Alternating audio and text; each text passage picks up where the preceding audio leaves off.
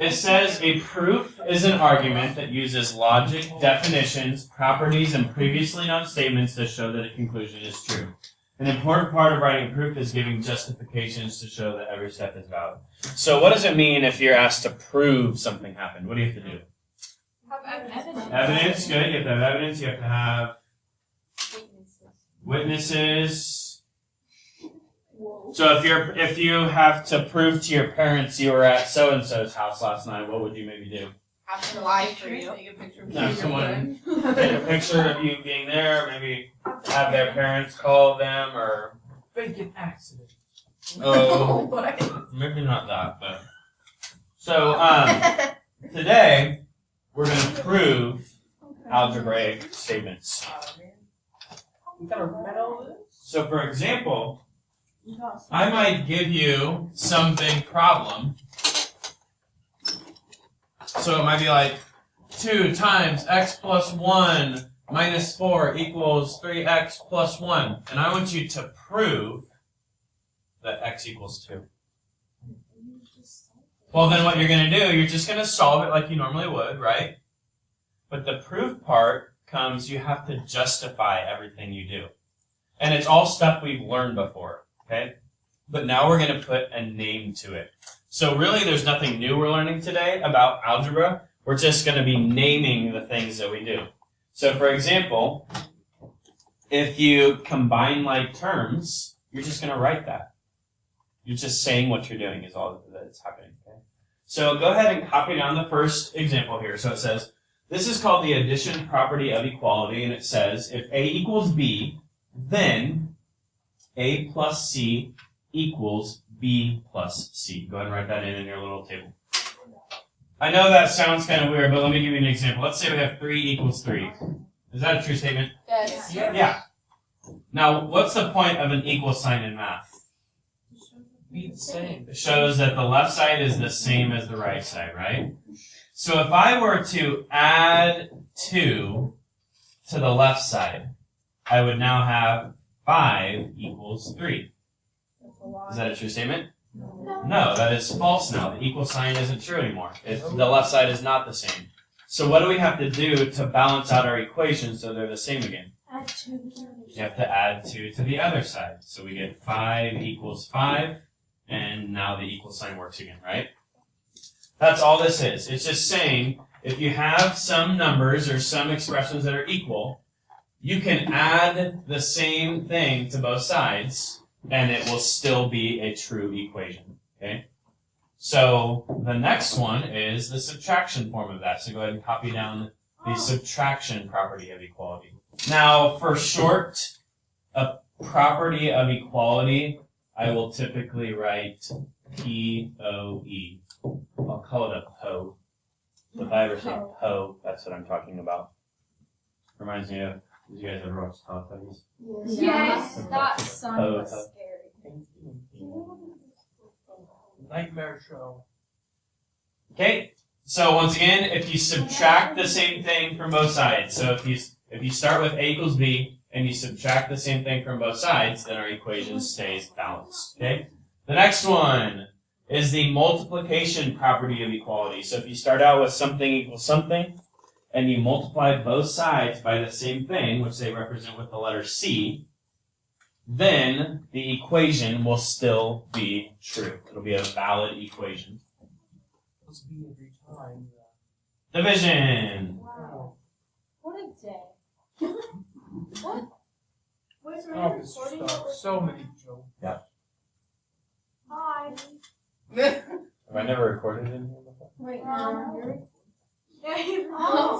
So A equals B. Now, why do you think it says C cannot equal 0?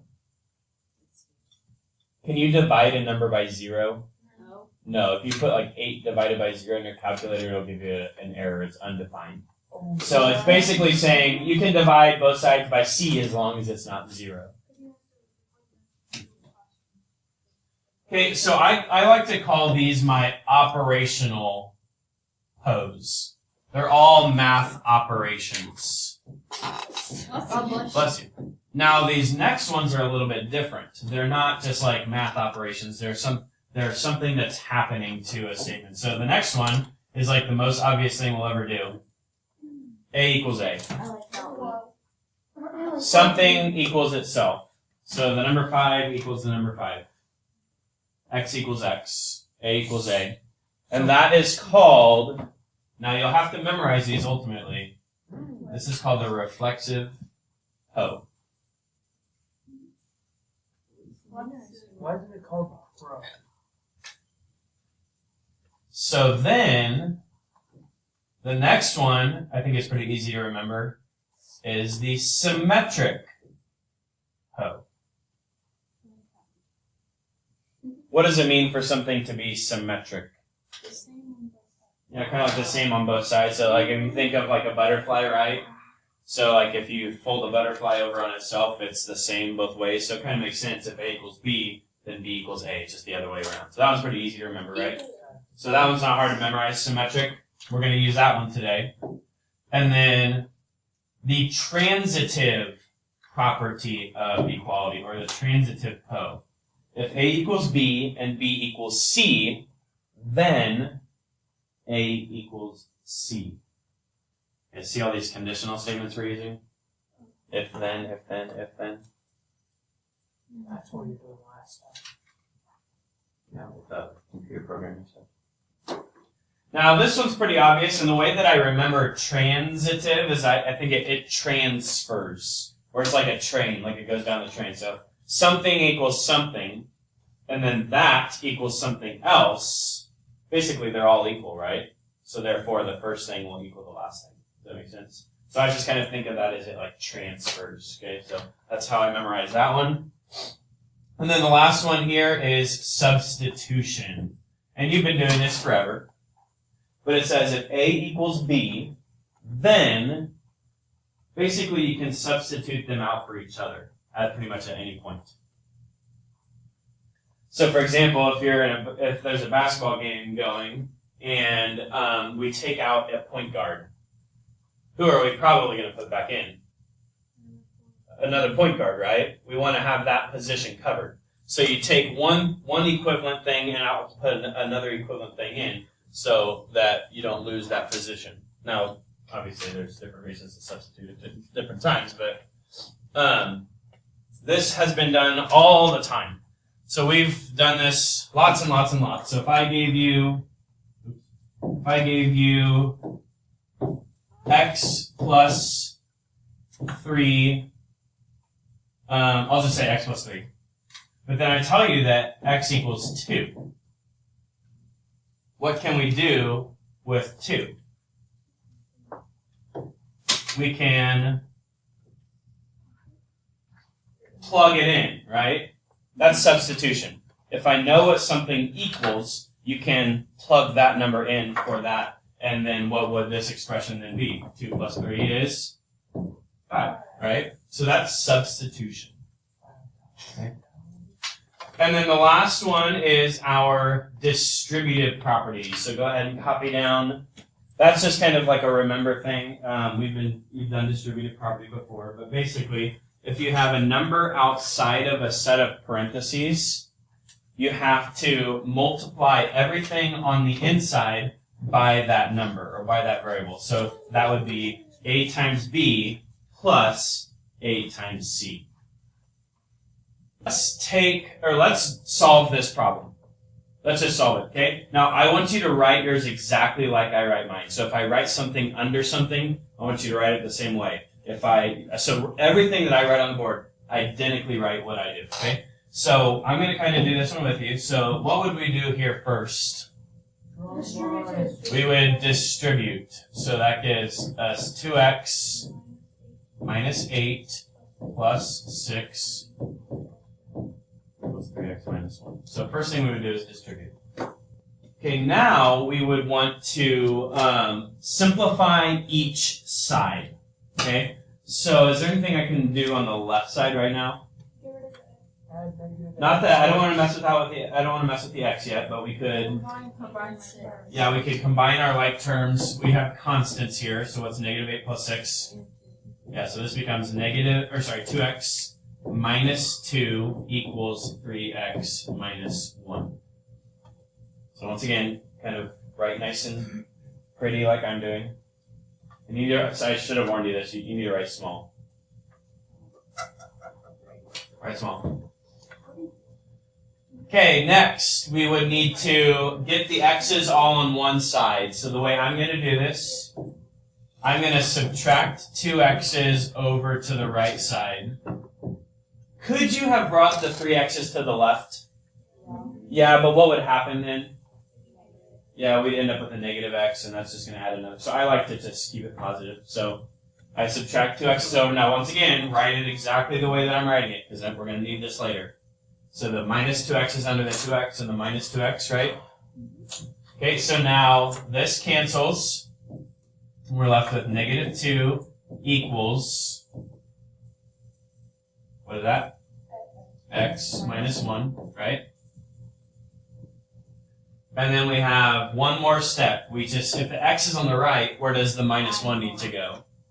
To the left, and we know to move over to the other side of the equal sign, you have to add 1 to the left. If you do it to one side, you have to do it to the other side. So then this cancels, and we get x equals negative 1. Now, typically in math, we usually write x on the left, right? So let's write that now as x equals negative 1. So nothing new. So now what I want to do here, watch what I'm going to do. I want you to do the same thing. I want you to draw a big, long line all the way over to here. And then, oh, sorry, no, don't do that. Don't do it. Don't do that. Put it above.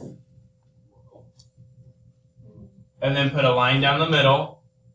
And then on the top, I want you to label this side statements. And I want you to label this side reasons. So the new part of today is our reasoning. That's how we prove something. So in math, we've learned these words before. Distributive property, addition, subtraction, substitution. We've learned these words before. Now we're just going to label every step. So this is going to be super easy. So this is always going to be called the given. Why do you think that's called the given? Yeah, that's what you're given to start, right? So keep up with me here. That's called the given. Okay, now what did we do to get from the first step to the second step? Perfect. We distributed. So that's called our, and if you want to abbreviate, the point of this isn't to write a whole bunch. If you just want to, as long as I know what you're trying to write, it's okay. So I like to say distributive property, prop. And that's just right above there, right? It says the distributive property states that, and then it shows our distributive property.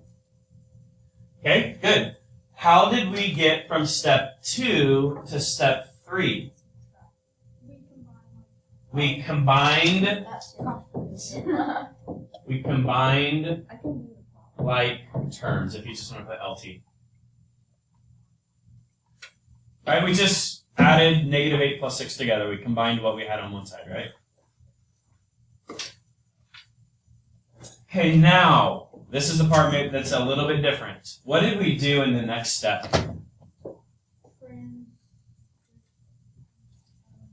Just tell me, what did we do? We did what to both sides? We subtracted 2 x's from both sides. So just a second ago, we said, if we subtract the same thing from both sides, what is that called? Our subtraction hoe. So that is called the subtraction POE. It's basically just subtraction, right? We're just writing POE. Now it's called a property of equalities because it keeps your equation balanced, right? You know, like the old-fashioned scales. You see, like the judicial system, it has like the scales that like weigh, you know. That's what we're doing. If you add 2 to one side, you have to add 2 to the other side. You subtract 2, so it's called that property of equalities, like your scale balance, okay?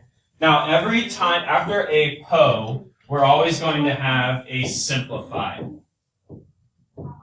That's where you actually, at that point, we just like subtracted, like we simplified each side. So simplify.